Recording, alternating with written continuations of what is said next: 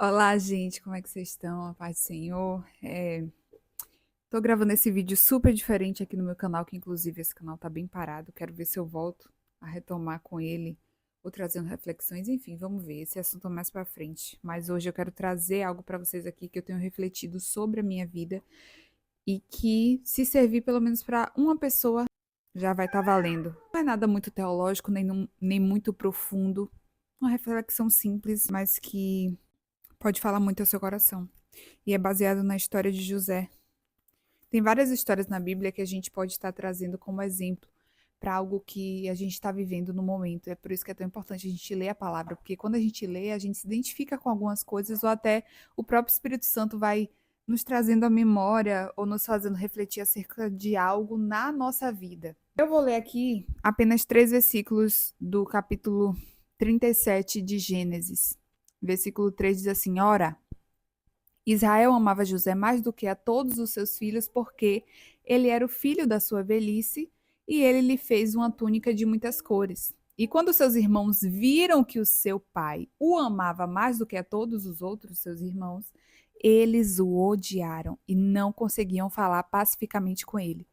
E José sonhou um sonho e o contou a seus irmãos, e eles o odiaram ainda mais. Eu li do 3 ao versículo 5, tá? No versículo 11 diz assim: E seus irmãos o invejaram, mas seu pai observou o que se dizia. Depois, né, que ele descreveu ali o sonho.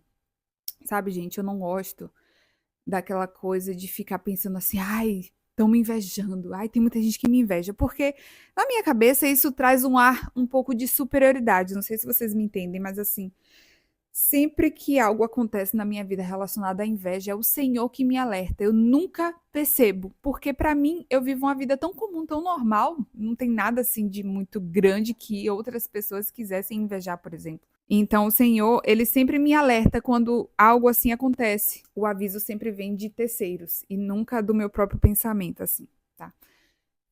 Mas enfim, o que é que acontece aqui? Não sei se vocês que estão assistindo esse vídeo conhecem a história de José, depois é interessante você pesquisar e ler sobre isso. Mas José, ele teve um grande sonho e foi um sonho que o Senhor que deu. Não foi assim algo da cabeça dele que ele, ai, eu sonhei que eu vou ser grande, eu sonhei que as estrelas vão se curvar. Não. Foi o Senhor que colocou esse sonho na mente de José. Só que algo que eu acho muito interessante aqui é que depois que o Senhor dá o sonho, ele não explica como é que vai ser o processo até o sonho se realizar.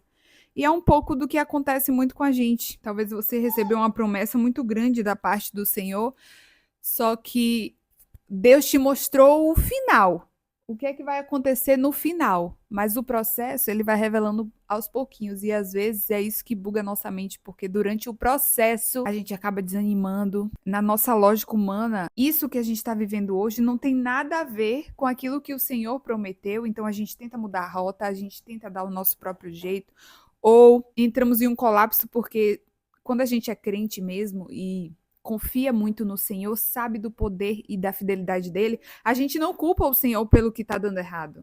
A gente culpa nós mesmos. Então, eu não estou vivendo aquela promessa porque eu devo ter tomado alguma decisão errada. Eu não estou vivendo a promessa porque eu estou orando pouco. Eu não estou vivendo a promessa porque eu preciso sacrificar mais, eu preciso fazer algum voto, algum jejum específico, alguma coisa que faça com que Deus faça. Só que é aí que entra algo aqui que eu aprendi que eu vou falar para vocês aqui. E tudo bem se você não concordar, mas quando a promessa do Senhor diz sobre o poder dele de executar, de fazer o que ele diz que vai fazer, não vai depender de você o cumprimento dessa promessa, vai depender dele. Então, não é o seu jejum que vai fazer com que Deus cumpra a promessa, não é você orar mais de 3 horas que vai fazer com que Deus cumpra aquilo que ele disse que vai fazer. Se aquilo que ele te prometeu não está condicionado a uma atitude específica sua, o que te resta é esperar nele a realização e saber que ele tem o controle de todas as situações, mesmo que agora tudo pareça não fazer sentido nenhum.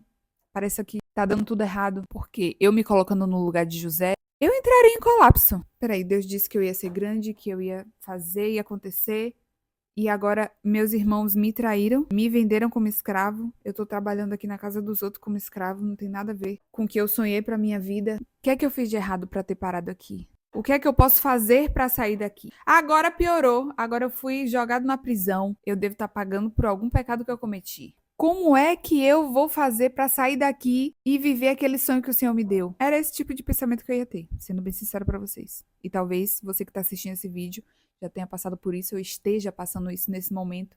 Até porque os personagens bíblicos, eles não são super-heróis, são seres humanos como eu e você que tinha um grande propósito de Deus para ser cumprido na vida deles. Assim como eu e você também temos. Mas mesmo diante do caos, de toda aquela situação, o que eu aprendo com José é que antes dele se tornar governador, ele já governava. Então ele não estava no ambiente perfeito, ele não estava no momento em que ele gostaria de viver. Ele foi condicionado àquela situação por outras pessoas e ele escolheu ser excelente naquilo que ele fazia, independente se ele gostava de fazer aquilo ou não. Quando ele estava como escravo na casa de Potifar, ele foi um ótimo funcionário. Ele foi alguém que se destacou. Mas aí entra a infeliz, porque o inimigo é assim. Você tá tentando fazer a vontade do Senhor, mesmo não estando no cenário perfeito, o inimigo vai e lança as setas. E a seta, nesse caso dele, foi a mulher de Potifar. E por causa disso, ele foi lançado na prisão injustamente. Mas mesmo na prisão, vivendo um momento que ele não gostaria de viver, que ele não escolheu viver, ele governou na prisão. Ele foi excelente. Não espere ser excelente quando o Senhor cumprir aquilo que te prometeu, quando ele realizar o sonho que colocou no seu coração. Seja excelente independente da situação estar favorável ou não. E o que eu aprendo com José é isso, é se posicionar mesmo no deserto, mesmo na provação, na perseguição, diante da inveja. Não devolver o mal com o mal, estão tentando me fazer mal, mas eu sei quem eu sou. Eu tenho caráter. Eles não têm caráter?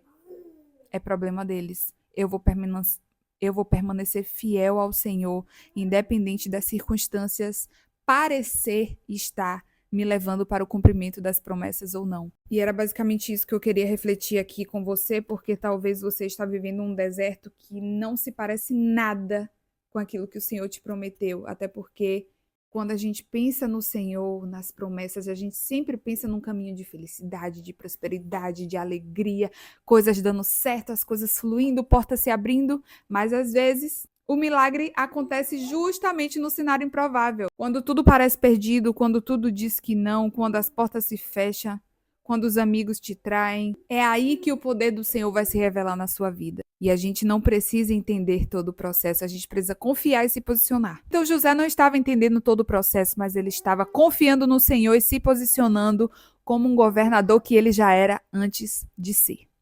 Espero que essa palavra tenha falado com você. E é isso, um beijo, até os próximos vídeos. Quem sabe eu retome agora esse canal com mais reflexões, não sei. Vocês que comentem aí o que acharam e que Deus abençoe sua vida com essa palavra, em nome de Jesus.